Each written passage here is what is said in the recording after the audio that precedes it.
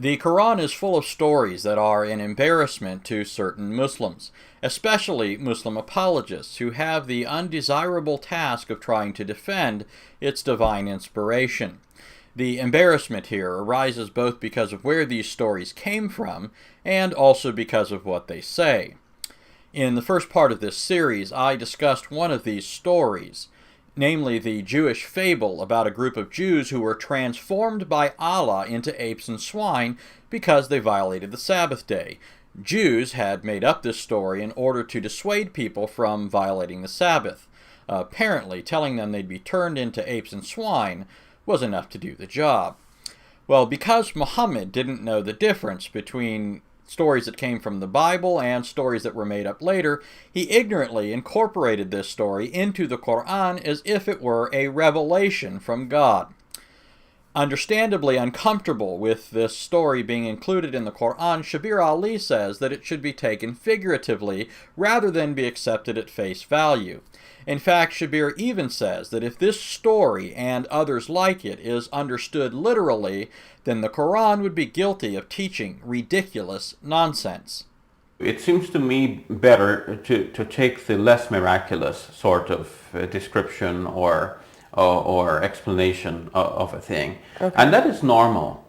If we use all kinds of expressions which, if one were to take them in a very literal sense, would be ridiculous.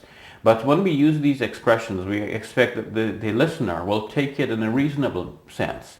Were it not for the fact that Islam is so inimical to humor, it would be tempting to think that Shabir was here engaging in satire. After all, his show is called Let the Quran Speak, which is just to say, let the Quran mean what it says, and not what others want to reinterpret it to mean, so that it doesn't end up looking like ridiculous nonsense.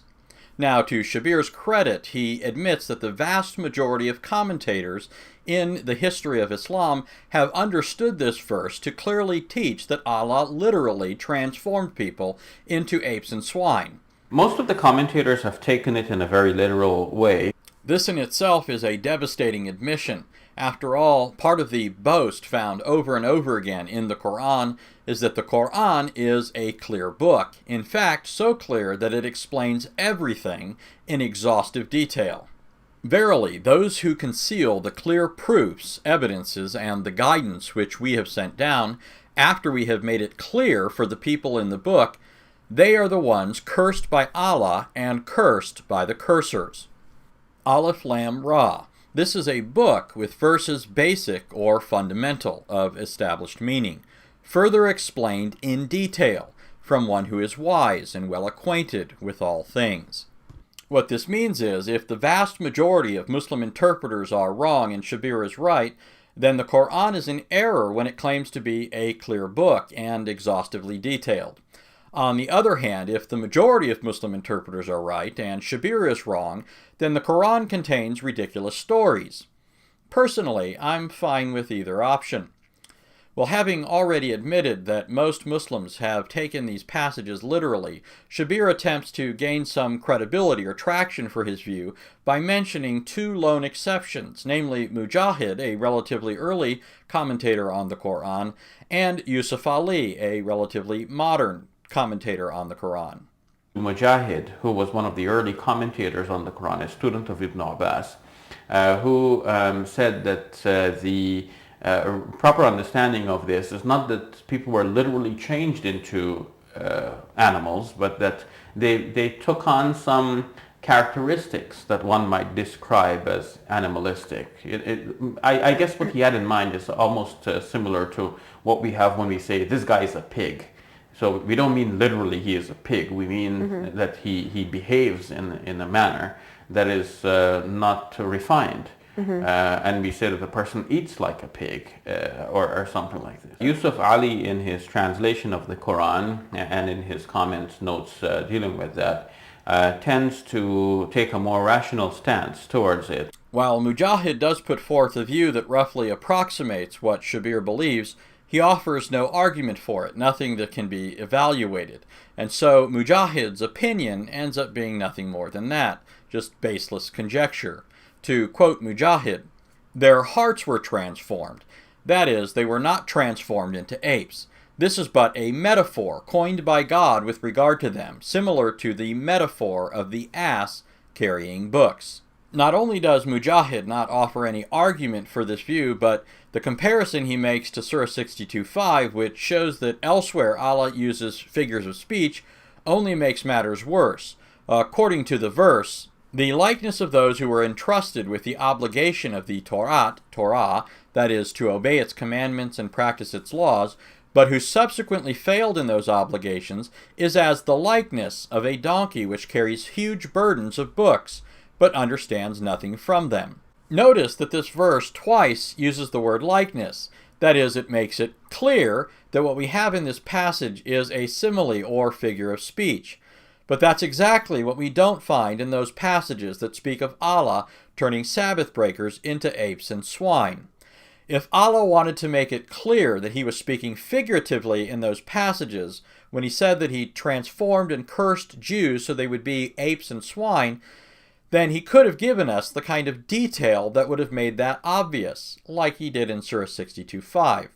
Once again, we must conclude that either the Quran is not a clear and sufficiently detailed book like it claims, or, according to the Quran, Allah really did turn certain Jews into apes and swine, which is ridiculous.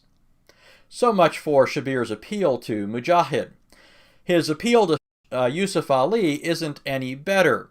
First of all, Yusuf Ali did not say or in any way indicate that he inclined toward the figurative interpretation.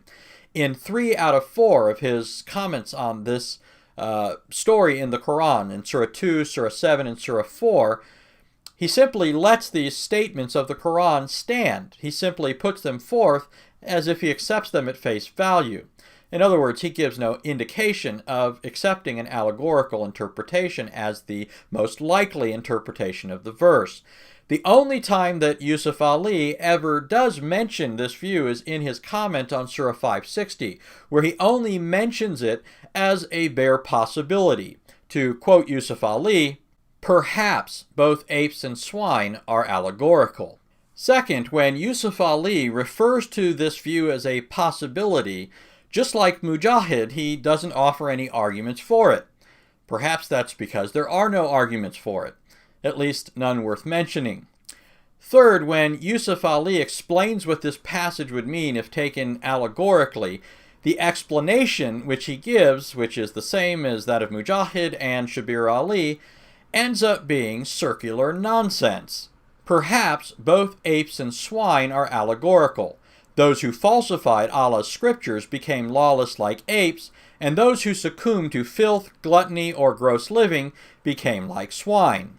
This interpretation is circular nonsense, since it ends up saying that those lawless individuals who broke the Sabbath were cursed to behave lawlessly, and those Jews who engaged in filthy living on the Sabbath were cursed to engage in filthy living. What a waste of a perfectly good curse. Obviously, since they were already lawless according to the Quran, then the curse of Allah has to refer to something else. In other words, it's not figurative.